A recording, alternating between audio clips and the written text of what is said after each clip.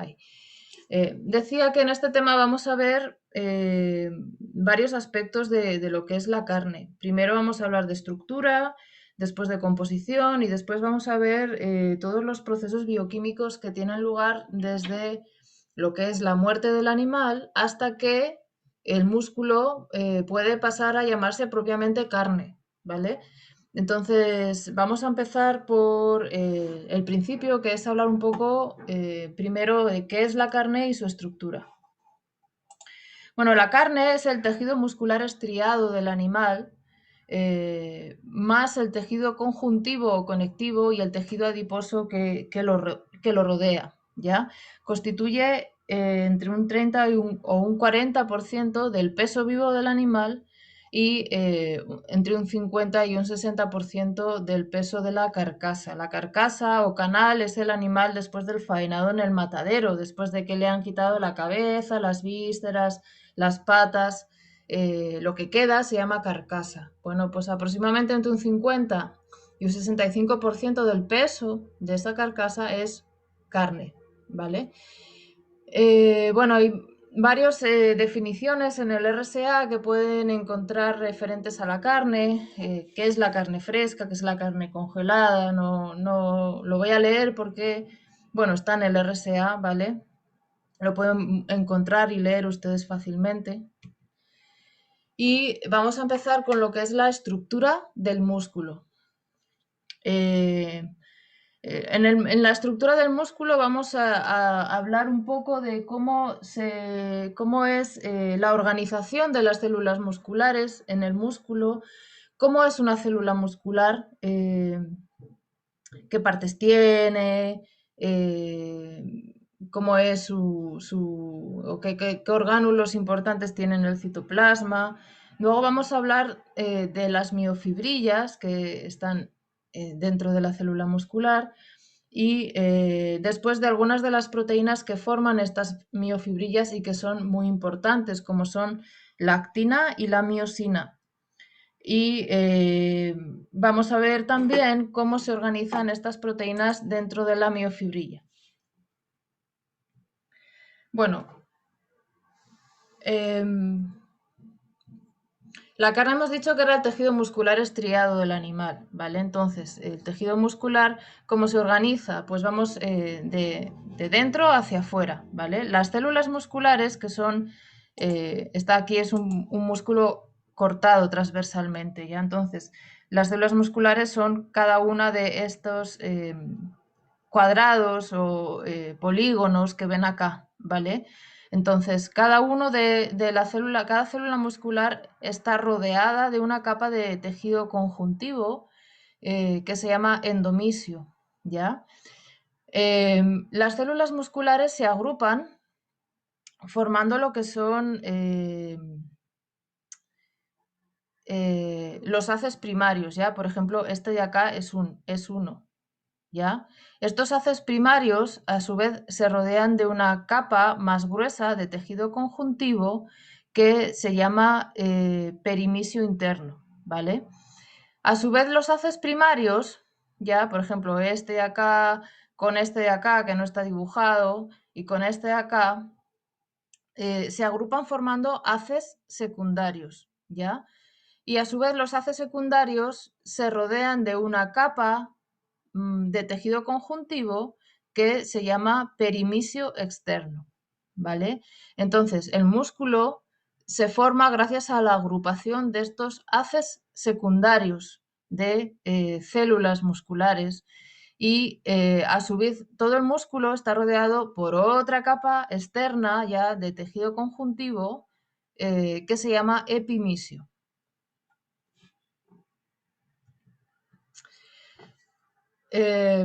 Como ven, la base, la unidad estructural del músculo es la célula muscular. ¿Qué características tiene una célula muscular? Bueno, pues como toda célula tiene una membrana plasmática que en el caso de la célula muscular se caracteriza por tener una serie de estos óvalos que ven acá dibujados son invaginaciones que van hacia el interior de la célula, son como dedos de guante, ¿vale? que van hacia el interior de la célula muscular, ¿vale? Estas invaginaciones reciben el nombre de túbulos T. Otra característica de la célula muscular es que es polinucleada, tiene más de un núcleo. Aquí, por ejemplo, se ve aquí uno cortado, dos, tres, ya es polinucleada. También es característico de las células musculares encontrar en su interior, en el citoplasma, estas estructuras que ven acá, que también están cortadas, ¿ven? Estas son las miofibrillas, acá tienen el nombre, miofibrilla. Esto es típico, característico de la célula muscular y no está en otras células del organismo. ¿Por qué? Pues porque estas miofibrillas son las responsables de la contracción muscular. La célula muscular tiene que contraerse. Una neurona no tiene que contraerse, luego no va a tener miofibrillas en su citoplasma, ¿vale? ¿Qué más les cuento de acá? Los orgánulos celulares de la célula muscular son los mismos que los que tienen el resto de células, a excepción de estas miofibrillas que les cuento, ¿ya? Pero hay orgánulos, por ejemplo, el retículo sarcoplasmático, que en el caso de la célula muscular, como ven, tiene una forma bastante peculiar. Es una red extensa de túbulos que envuelve las miofibrillas, ¿ya? La función fundamental de este retículo sarcoplasmático, de esta red de túbulos que ven acá, es ser el depósito, el almacén del ion calcio. El ion calcio, como verán más adelante, es fundamental para que tenga lugar la contracción muscular.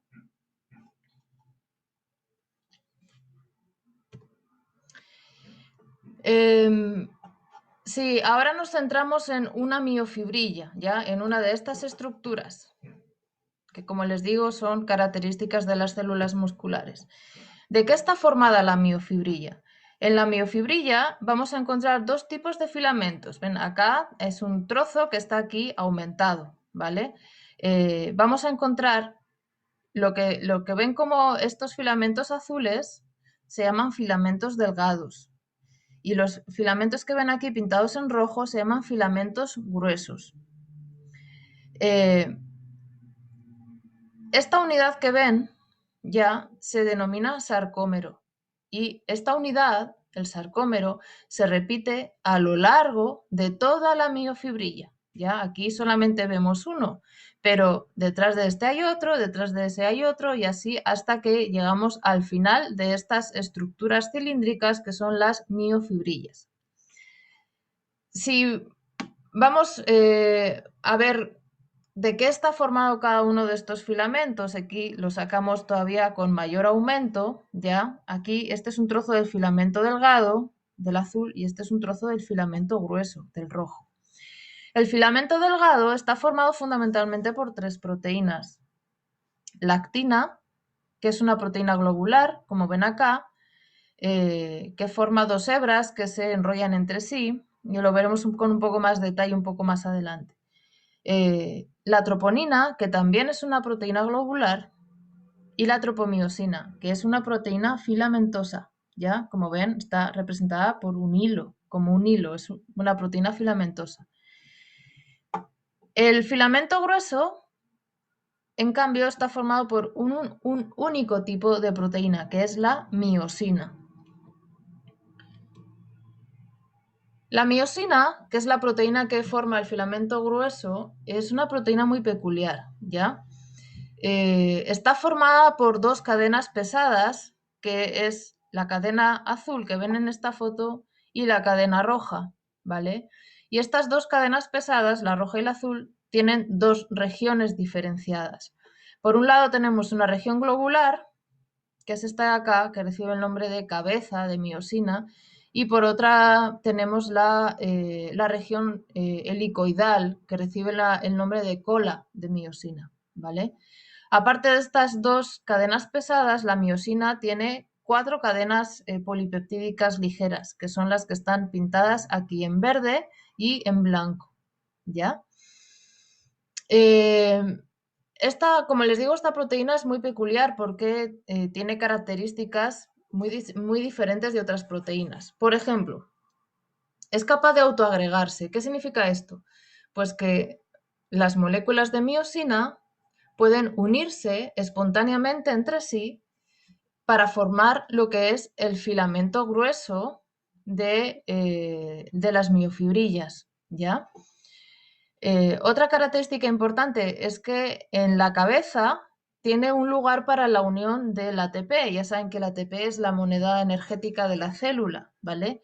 Y no solamente tiene un lugar de unión para el ATP, sino que es capaz de hidrolizarlo, ¿ya? Es decir, tiene actividad ATPásica, es capaz de hidrolizar, de unir e hidrolizar el ATP, ¿ya? Cuando se rompe el enlace, uno de los enlaces del fosfato en el ATP, ya saben que es adenosin trifosfato, tiene 3 fosfatos. Cuando se rompe ese enlace, se libera una gran cantidad de energía que la célula utiliza para sus procesos. Otra característica importante de la miosina es que puede cambiar de forma, puede cambiar su conformación. Cuando la miosina no está unida al ATP, la región helicoidal forma un ángulo de 45 grados con la región globular, es decir, la cola y la cabeza forman un ángulo de 45 grados, ¿ok? Ahora bien, cuando el ATP se une, cambia de forma y cola y cabeza pasan a formar un ángulo de 90 grados, ¿ya? Cuando el ATP queda unido en la cabeza miosina se hidroliza a ADP más fosfato inorgánico, el ADP se desliga de la cabeza de miosina y la miosina vuelve de nuevo a su posición original. Este mecanismo de cambio de forma de 45 a 90 grados es fundamental para que tenga lugar la contracción muscular, como veremos más adelante. Otra característica importante es que la miosina es capaz de unirse a la proteína actina del filamento delgado, ¿vale? ¿Por qué? Pues porque en la cabeza de miosina también hay un sitio específico para la unión de la actina del filamento delgado. Esto también es muy importante para la contracción muscular, como verán un poco más adelante. Bueno, la miosina tiene una afinidad muy alta por el ATP, ¿ya? Cuando está en configuración de 45 grados, la afinidad por el ATP es mayor que por cualquier otro ligando, por cualquier otra molécula. ¿Qué significa eso? Pues significa que cuando esté en posición de 45 grados y haya ATP, siempre se va a unir preferentemente al ATP, ¿ya? Y se va a producir este cambio de conformación de 45 a 90 grados. Ahora bien, esta ATP, como saben ya, se va a hidrolizar porque la cabeza de miosina tiene actividad ATPásica. Se va a hidrolizar a ADP más fosfato inorgánico, ¿vale? Y sin embargo, la afinidad por el ADP es muy baja. Entonces, una vez que se hidroliza el ATP, la cabeza de miosina suelta, libera el ADP y vuelve de nuevo a su posición original de 45 grados, ¿ya?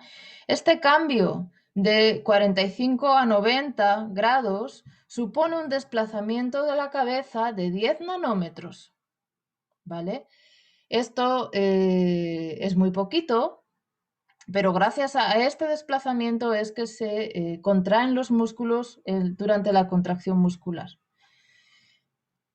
Con respecto a la actina, ya les he comentado que la miosina tiene capacidad para unirse a la actina. Ahora, necesita, para que esta unión tenga lugar, necesita que exista calcio en concentración suficiente en el citoplasma, ¿ya? Si no hay calcio, actina y miosina no pueden interaccionar, no pueden unirse, ¿de acuerdo? De momento, quédense solo con eso. Luego, esto es como un rompecabezas, tiene muchas pequeñas piezas que luego vamos a poner juntas cuando veamos cómo funciona la contracción muscular. El filamento delgado, que como hemos dicho es uno de los dos filamentos que forma el sarcómero y por lo tanto la miofibrilla, está formado por más de una proteína, ¿vale? El filamento grueso, miosina. Ya hemos hablado de la miosina y todas sus características. Ahora vamos a ver cómo funciona y de qué está formado y qué funciones tiene el filamento delgado, ¿ya? Eh, como les comentaba, el filamento delgado tiene tres tipos de proteínas distintos. Una globular, que es la actina, que son estas bolitas azules que ven acá. Cada bolita es una actina, ¿ya? Que la actina lo que hace es polimerizarse formando dos hebras que se enrollan entre sí. ¿Ven? Esta es una y esta es la otra. ¿De acuerdo? Eso es como el esqueleto del filamento delgado. Además, el filamento delgado tiene esta proteína globular, que es la troponina, que tiene una función súper importante y es la de que es capaz de unir calcio, ¿vale? Acá se une el calcio. Vamos a ver luego qué es lo que pasa cuando el calcio se une a la troponina. Y después tenemos la otra proteína que forma el filamento delgado, que es la tropomiosina, que es esta proteína negra que ven acá, este hilo negro, que es una proteína filamentosa. Bueno, eh, la tropomiosina está colocada de forma que impide o bloquea el acceso de la miosina del filamento grueso, ¿vale? Vamos a ver para atrás un poco. El acceso de la miosina del filamento grueso, ya, de la cabeza de miosina del filamento grueso, a el sitio específico que posee la actina del filamento delgado, ¿ya?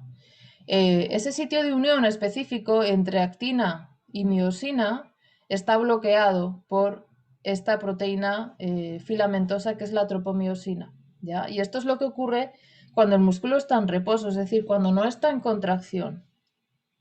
El sitio de unión está bloqueado.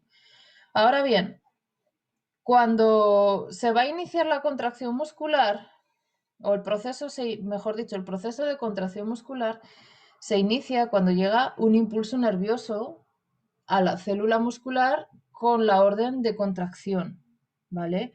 Este impulso nervioso genera una despolarización de la membrana celular y esa onda de despolarización, gracias a esos túbulos T que tiene la membrana, llegan al retículo sarcoplásmico, ¿ya?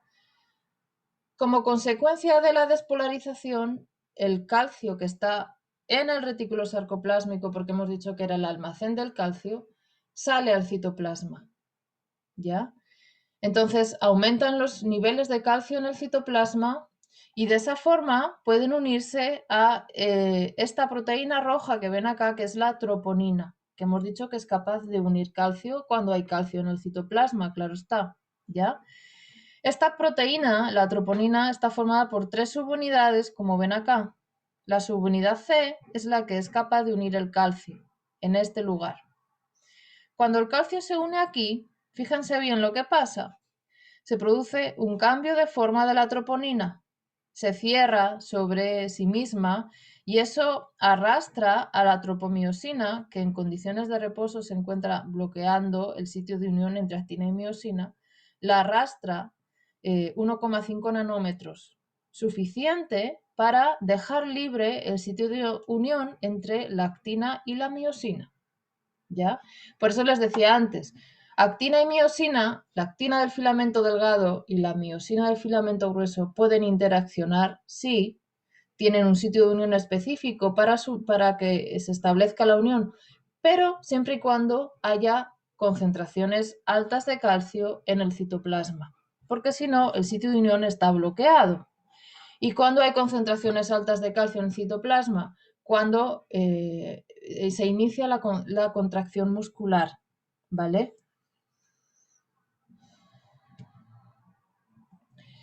Como han visto, todas estas proteínas, la actina, la miosina, la troponina, la tropomiosina, no están dispuestas al azar, sino que se disponen formando una estructura muy ordenada que es el sarcómero, ¿vale? Y la repetición del sarcómero, de esta estructura de acá, que está vista al microscopio electrónico de transmisión, la repetición de esta estructura forma la miofibrilla, ¿ya? Entonces, el sarcómero realmente es la unidad de contracción de la célula muscular, ¿ya? Cuando se ve al microscopio electrónico de transmisión pueden observar bandas de distinta densidad. Y eso es lo que le da el aspecto estriado al músculo.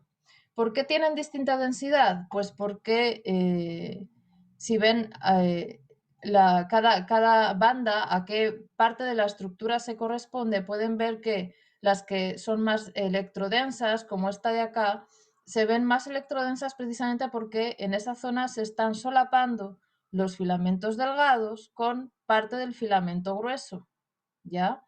Y eso hace que se vea más electrodensa al microscopio. Esta zona, por ejemplo, que se ve mucho más clarita, es porque solamente en esa zona tenemos filamentos delgados, ya son estas zonas de acá. Esta otra zona también es más oscura que esta, pero menos que esta. ¿Por qué? Porque en esta zona solamente hay filamento grueso y no hay solapamiento con el filamento delgado. Es esta zona de acá y esta de acá, ¿ya? Por último, esta zona de acá, estas dos de acá, se llaman estas líneas negras que hay pintadas acá, se les dio el nombre de líneas Z, ¿ya? La línea Z se forma por la unión de los filamentos delgados de un sarcómero con los filamentos delgados del sarcómero de al lado, ¿ya? Esas uniones entre proteínas de los filamentos delgados de un sarcómero con los del otro, al microscopio se ven como una línea que se llama línea Z, ¿ya? Entonces, el sarcómero es toda la estructura, toda esta estructura que está comprendida entre dos líneas Z, ¿ya? Al lado de este sarcómero hay otro sarcómero, de aquí solo se ve la mitad.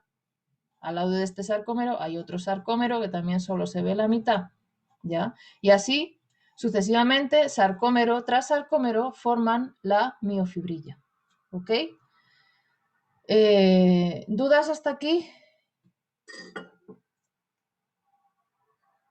No, profe. Bueno, antes de pasar a la composición, vamos a ver un poco, para que puedan ordenar en su cabeza todas estas cosas que les he dicho, cómo funciona la contracción muscular, ¿vale? Yo tengo en otra presentación una imagen que les voy a poner. No sé si la tengo acá más detrás, en algún sitio, creo que no. Que no. La tengo en otro tema, pero no en este. Ya, la voy a buscar.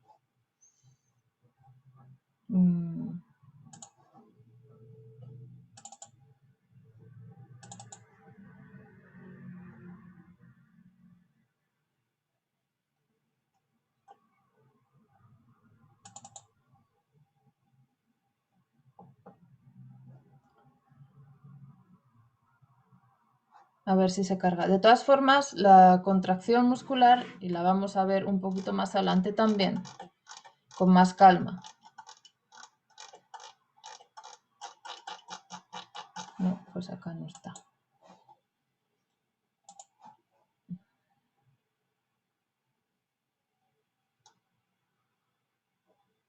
Debe estar acá.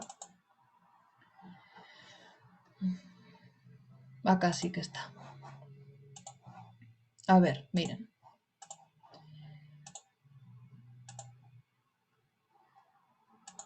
Ahí. Esto es un trozo de un sarcómero, de los muchos que forman la miofibrilla que está dentro de la célula muscular, ¿vale? ¿Qué vemos en este dibujo? Pues miren, este filamento de acá ya es el filamento delgado. Como ven, tenemos la actina, que en este caso está pintada como estas bolas de color naranja, ¿ya? Proteína globular que se unen formando dos hélices, como ven, que se enrollan entre sí, ¿ya? De puras bolitas naranjas. El filamento delgado también tiene una proteína filamentosa, que es esta de acá, la azul, que es la tropomiosina, que es la que en condiciones de reposo impide que la miosina y la actina se unan, ¿ya? Y por último tenemos esta otra proteína globular pintada en rosa con 3 subunidades, como ven, ¿ya? Que es la troponina. Entonces, cuando llega el impulso nervioso a la célula, como les digo, va a provocar que el calcio salga del retículo sarcoplasmático al citoplasma, ¿ya? El calcio es esa bolita amarilla que se une a la subunidad C de la troponina, ¿ya? Cuando la unión del calcio y la troponina tiene lugar, si lo ven bien, la troponina cambia de forma, ven que se mueve, cambia su conformación. Y eso hace que tire de la otra proteína, la tropomiosina, la proteína azul, la filamentosa, y de esa forma se libera el sitio de unión entre la cabeza de miosina, que es este de acá, y la proteína de actina, que está en el filamento delgado. ¿Ya? La otra parte del dibujo es esto. ¿Esto qué es? Esto es un trocito del filamento grueso. En concreto, solamente es una cabeza de miosina y una cola de miosina. ¿Ya? El filamento grueso hemos dicho que está formado únicamente por moléculas de miosina. Aquí se ve solo una cola y una cabeza de miosina. Y hemos dicho que la cabeza de miosina es capaz de unir el ATP, que es esta bola verde, que llega y se une, ¿vale? Y la hidroliza en ADP y fosfato inorgánico, ¿vale? Ven que cuando la hidroliza como que se ilumina así como un flash es por la energía que se libera como consecuencia de la ruptura desenlace del ATP, ¿ya? Y el fosfato inorgánico sale por arriba y el ADP sale, es esta otra parte de la bola verde que sale hacia un lado, ¿ya? Entonces, la cabeza de miosina, como ven, cambia de conformación. Cuando une ATP pasa de 90 a 45. Cuando hidroliza el ATP y suelta el ADP, vuelve a pasar de 45 a 90, ¿vale? Entonces, esas dos cosas conjugadas, por un lado, el movimiento de la cabeza de la miosina gracias a la unión del ATP y la liberación del ADP, y por el otro lado, la unión de calcio en el filamento delgado y el cambio de conformación de la tropomiosina es lo que permiten la contracción muscular, ¿ya? En este caso, el filamento delgado está ¿cómo explicar esto? Está remando, está agarrando el filamento, el filamento grueso está agarrando al filamento delgado y llevándolo, se está moviendo sobre el filamento delgado, ¿ya? ¿Qué efecto tiene eso? Miren. Sarcómero en reposo, sarcómero tras unos ciclos de contracción muscular. Con ese movimiento, las cabezas de miosina agarran el filamento delgado y lo llevan hacia el centro. Se suelta, se vuelve a agarrar y lo vuelve a desplazar hacia el centro. Se suelta, lo vuelve a agarrar y lo vuelve a desplazar hacia el centro, ¿ya? De esa forma, el sarcómero, como ven, se contrae. Esto es contraído, esto es relajado, ¿ya? Y el músculo se contrae porque este proceso de contracción ocurre en todos los sarcómeros que forman la miofibrilla, ¿ok? Entonces, como consecuencia, la célula muscular entera se contrae. ¿Se entiende, chicos? Sí, profe. Sí, bueno. Sigamos pues con la composición. ¿De qué vamos a hablar en la composición? ¿O qué vamos a destacar dentro de la composición química de la carne? Bueno, vamos a hablar sobre cuál es su composición aproximada, cuál es el papel del agua en la carne, cuál es el papel de la grasa, ¿ya? Cuáles son las proteínas importantes en la carne y eso básicamente. Bueno, la carne es un alimento que se considera alimento proteico, ¿ya? ¿Por qué? Porque tiene alrededor de un 20% de proteínas. Pero la proteína no es su componente mayoritario. El componente mayoritario de la carne es el agua, ¿ya? Igual que el de todo músculo, también el de pescado, ¿ya? Nuestro organismo aproximadamente tiene un 60 o un 70% de agua. La carne también, ¿ya? Entonces, el componente mayoritario es agua y después le siguen las proteínas con aproximadamente un 20%. Eh, ¿Qué más destacarles de la composición química aproximada? Pues que, por ejemplo, la grasa puede presentar o puede estar en una concentración muy variable, ya como veremos un poco más adelante, entre el 1 y el 20%, dependiendo de muchos factores, como la especie, la edad, el tipo de alimentación que le demos al animal, etcétera. Otra característica general de la composición es que la carne tiene un contenido muy bajo de carbohidratos, ¿vale? Muy bajo. Y de importancia les destaco el glucógeno por el papel que va a tener en el metabolismo post-mortem. Bueno, acá tienen otro cuadro de composición típica de la carne, ¿ya? ¿Qué más? Bueno, la composición química proximal puede variar un poco en función del corte de carne que muestreemos. ¿Ya? Aquí, por ejemplo, estos son cortes de carne de vacuno y pueden ver cómo no todos tienen la misma contenido de grasa. Quizá este es el componente que mayor variación encontramos, ¿no? Entre los distintos cortes de carne. Hay cortes de carne, por ejemplo, yo qué sé, por ejemplo, el de cazuela, que tiene un 5,8, pero hay otros que tienen mucha menos grasa, por ejemplo, el pollo ganso 2,5, ¿ya? Entonces, los lípidos son el componente que más varía entre los distintos cortes de carne, incluso dentro del mismo animal, ¿ya?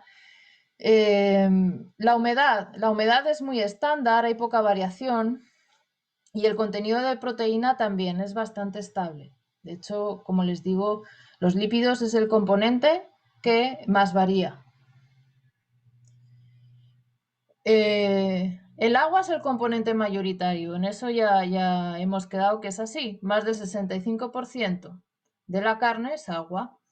El contenido del agua siempre va a variar inversamente con el contenido de la grasa, ¿ya? Va a existir una relación inversa, es decir, a mayor contenido de grasa en una carne, menor va a ser el contenido de agua. Y al revés, a menor contenido de grasa en una carne, mayor va a ser el contenido de agua. Sin embargo, la relación entre el agua y la proteína es constante, ¿ya? Y es 3,6 partes de agua por cada parte de proteína. Ligado al concepto del agua está el concepto de capacidad de retención de agua, que yo creo que en algún momento lo han tenido que ver en bioquímica, ¿vale? ¿Qué es la capacidad de retención de agua? Cuando estoy hablando de una carne, es la capacidad de las proteínas de la carne para retener el agua, ¿ya?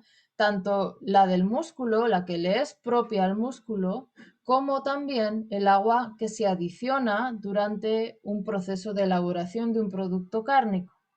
Ya, por ejemplo, el jamón cocido o una vienesa. En ese tipo de formulaciones, además del agua que ya tiene la carne, se añade agua a la formulación que tiene que ser retenida por las proteínas cárnicas.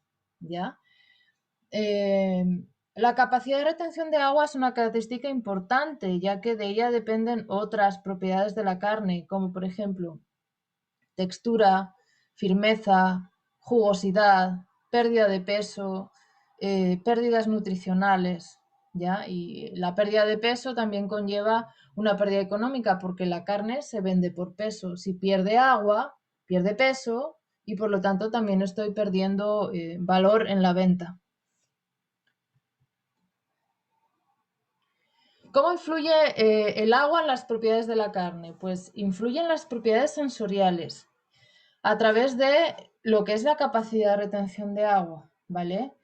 ¿En qué propiedades? Pues en la sensación de humedad externa que percibimos en una pieza de carne, si la vemos seca o la vemos húmeda, en la exudación, la pérdida de agua que pueda tener una carne por goteo. Hay trozos de carne que uno los levanta y pierde agua por goteo, ¿vale? Eso es indicativo de que no tiene una buena capacidad de retención de agua. En la jugosidad también que uno percibe cuando se come la carne, en la textura y también en el color, como veremos cuando hablemos del color. Y ahí van a entender por qué el agua también es importante en el color de la carne. También influye el agua en aspectos económicos, en concreto en el peso de carne vendible. ¿Ya? Si un músculo tiene baja capacidad de retención de agua, va a perder agua por exudación y por lo tanto, como hemos dicho, vamos a perder peso de carne vendible. Y también esto va a influir en los productos cárnicos que podemos fabricar con esa carne, ¿ya? Carnes con baja capacidad de retención de agua no van a ser muy aptas para la elaboración, sobre todo de productos cocidos, porque, como hemos dicho, un producto cocido necesita retener no solamente el agua propia del músculo, sino también agua extra que se añade durante la formulación. Perdón, esto está relacionado con el punto siguiente, que es la aptitud tecnológica de la carne, ¿ya? Carnes con poca capacidad de retención de agua, ya hemos dicho, no son adecuadas para la fabricación de productos cocidos porque no retienen el agua, pero también pasa al contrario. Carnes con elevada capacidad de retención de agua, en este caso, no son aptas para la fabricación de productos curados porque en los productos curados se necesita que el producto se vaya desecando progresivamente con el tiempo, ¿ya? Y si tiene una capacidad de retención de agua muy alta, el trozo de carne no se va a desecar. Y por último, el agua también influye en los aspectos higiénicos, pero ojo aquí, no influye por la capacidad de retención de agua, sino por otro parámetro también relacionado con el agua, obvio, estamos hablando de la influencia del agua, que es la actividad de agua, ¿ya? La actividad de agua es un parámetro que se utiliza en microbiología y que da una idea del agua libre o ligada que hay en un alimento, ¿vale? Y la actividad de agua permite delimitar qué tipo de microorganismos van a poder crecer en ese alimento, tanto alterantes como patógenos. Actividades de agua altas permiten el crecimiento de todo tipo de bacterias, la verdad. Actividades de agua bajas, pues las bacterias con esas actividades de agua ya no pueden crecer y ese tipo de alimentos son más aptos para el crecimiento de hongos y levaduras, ¿ya?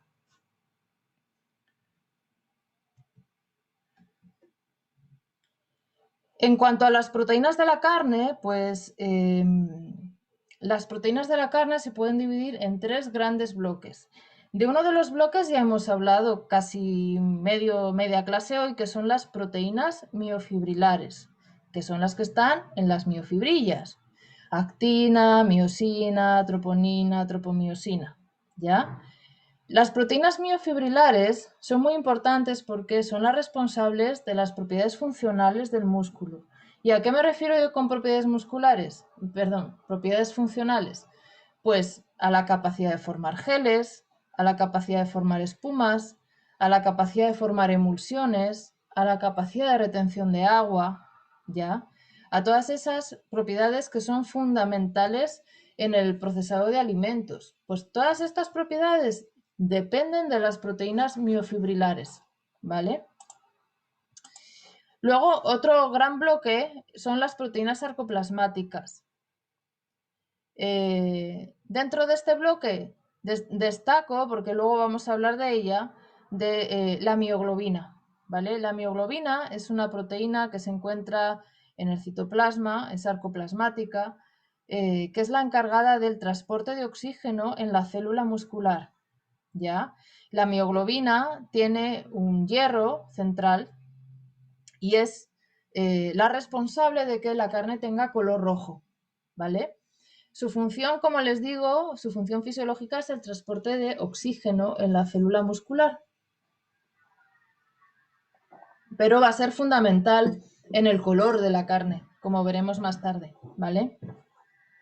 El otro bloque de proteínas de la carne son las proteínas del tejido conjuntivo o del estroma, que es lo mismo, ¿vale? Aquí pone estroma, pero podríamos poner tejido conjuntivo, ¿vale?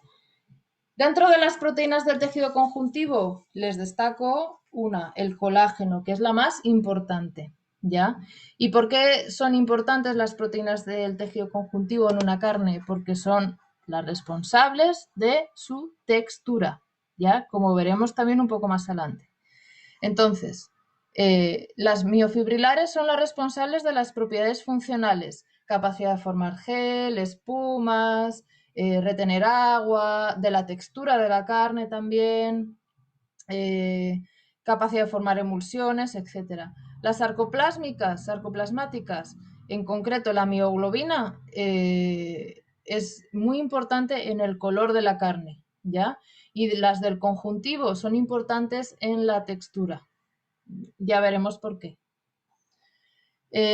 Los tres grupos de proteína, y esto se lo señalo porque en productos pecuarios lo vamos a volver a ver, se diferencian por en qué son solubles, ¿ya?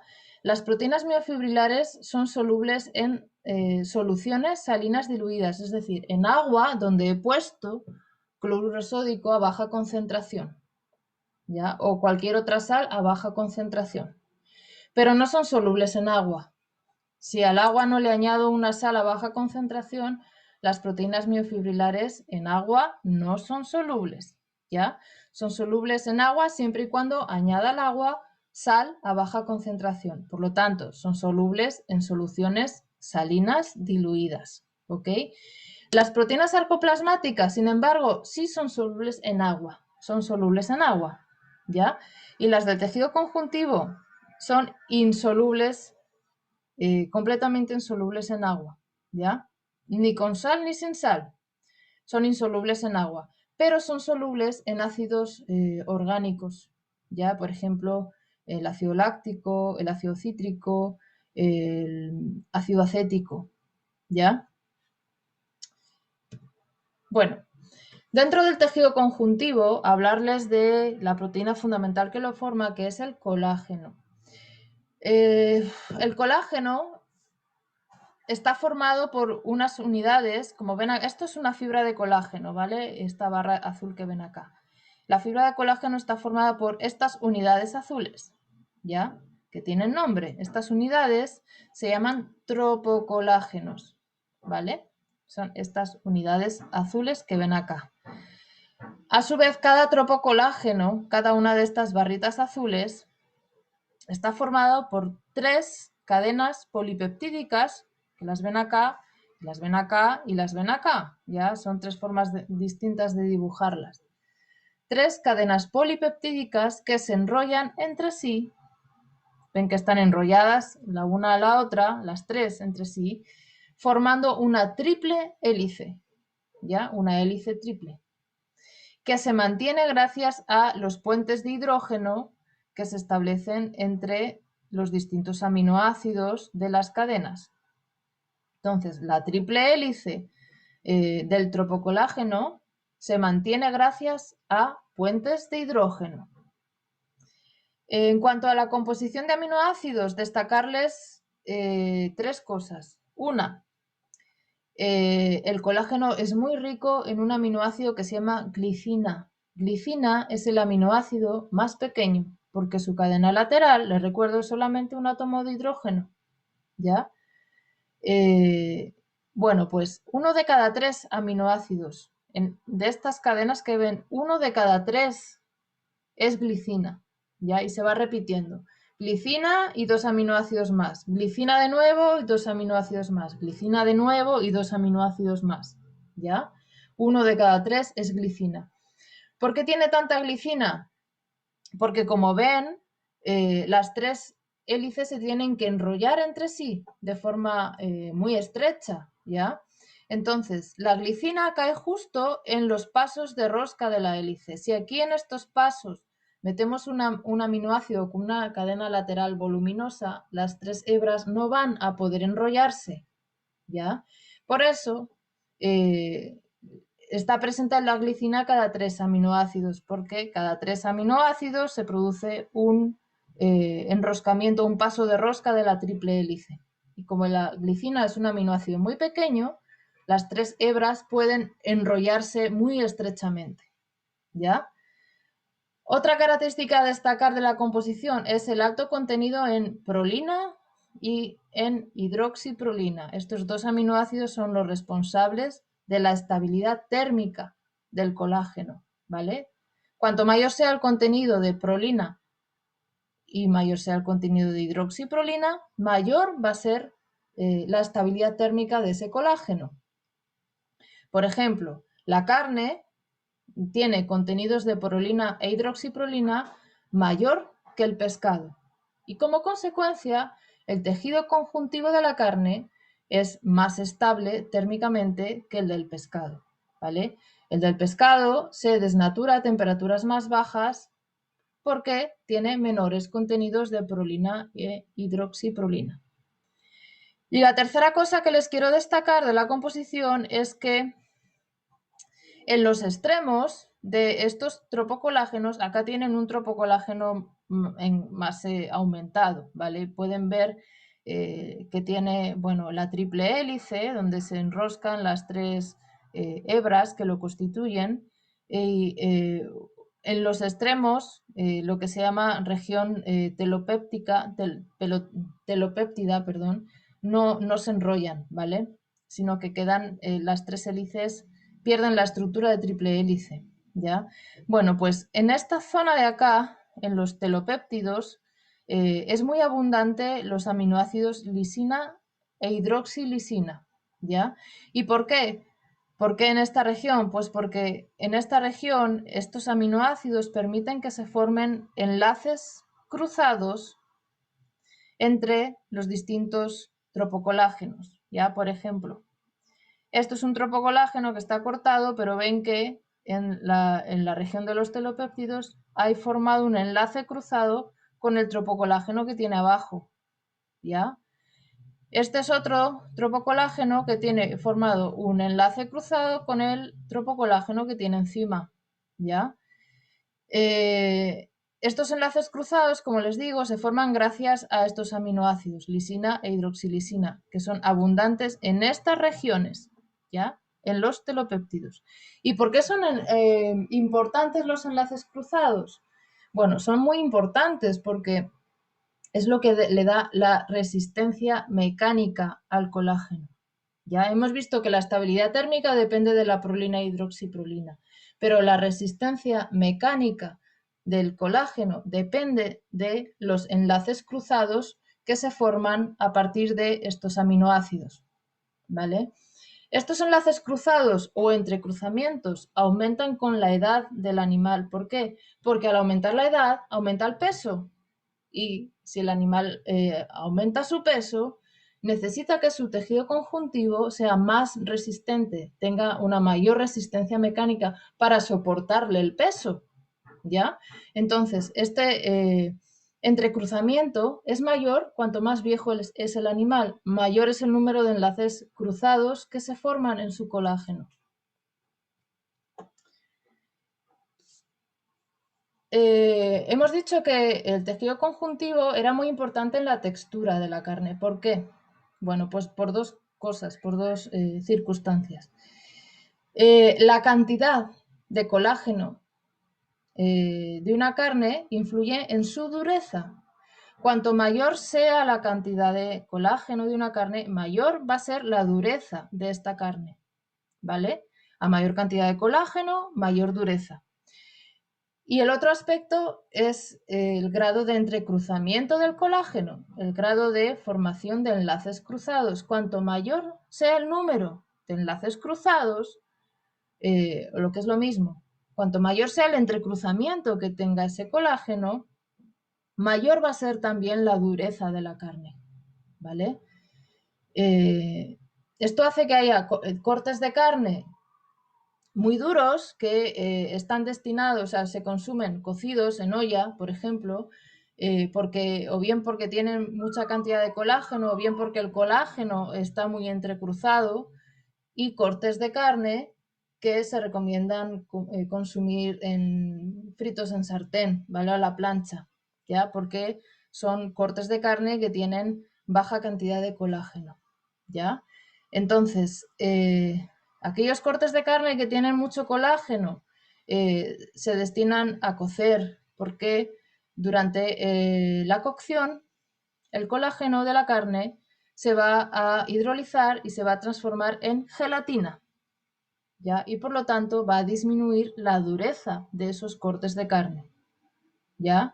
Pero si esos cortes de carne con mucho colágeno los hacemos a la sartén, les aseguro que no va a haber quien se lo coma, porque durante la fritura el colágeno no se transforma en gelatina y va a ser un trozo de carne muy duro, ¿ya? Esos trozos de carne se necesitan cocer para que el colágeno se transforme en gelatina y de esa forma disminuya su dureza.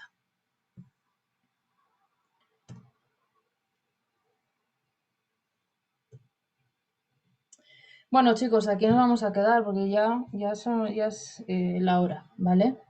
Mañana, por cierto, tenemos clase a las 11:20, ¿verdad? Sí, profe, el 11:20. Ya, ok, 11:20. Bueno, mañana seguimos. Pues, ¿tienen dudas de lo que hemos visto hoy? Hasta el momento no. Profe, No, profe. Dime.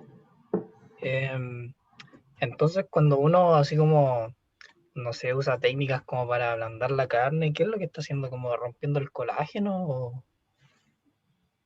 qué? Hay varias técnicas, ¿ya?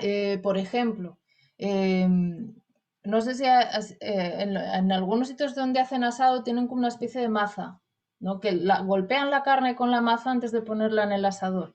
Ahí lo que hacen directamente es producir una rotura parcial del tejido muscular, ¿vale? Eso también se traduce en un ablandamiento. Eso es previo al cocinado, ¿vale? Para ablandar la carne también a veces se utiliza una enzima, ¿vale? Que, bueno, no tiene muy buenos resultados, por eso igual tampoco te lo voy a explicar, pero que sepas que también se han utilizado algunos enzimas que, las calpaínas en concreto, que tienen la propiedad de ablandar la carne. Pero el método más eficiente, o sea, la forma más, ¿cómo decirte? Más normal es de saber, o sea, qué cortes puedo consumir de una forma o de otra. O sea, en función de la naturaleza del corte de carne, está indicado para olla o para sartén, ¿vale? O para brasa, que es lo mismo. Cortes de carne con mucho colágeno se recomiendan cocer porque es la única forma de que ese colágeno se transforme en gelatina y la carne se ablande. Pero esos cortes de carne con mucho colágeno, si se hacen en sartén, que es un tratamiento térmico seco, ese colágeno no se transforma en gelatina, necesita agua, ¿ya? Y eso solamente se consigue con cocción. Ahora, cortes de carne con poco colágeno se pueden perfectamente hacer en asados o en sartén, ¿ya? Porque la textura va a quedar blanda. Esto es súper importante porque si tú compras un corte de carne y está muy duro, no vas a volverlo a comprar. Eso es así. Entonces, por eso se recomienda, en los súper los pueden ver, para cada tipo de corte que se vende, tiene una recomendación para el consumo de cómo se debe cocinar, precisamente para conseguir una textura más blanda. ¿Ok? Sí, profe, gracias. Ya. Bueno, chicos, pues entonces nos vemos mañana, ¿vale? Cuídense. Chao, profe, cuídese. Chao, Chao, profe. profe. Chao, profe. Chao, profe. Chao.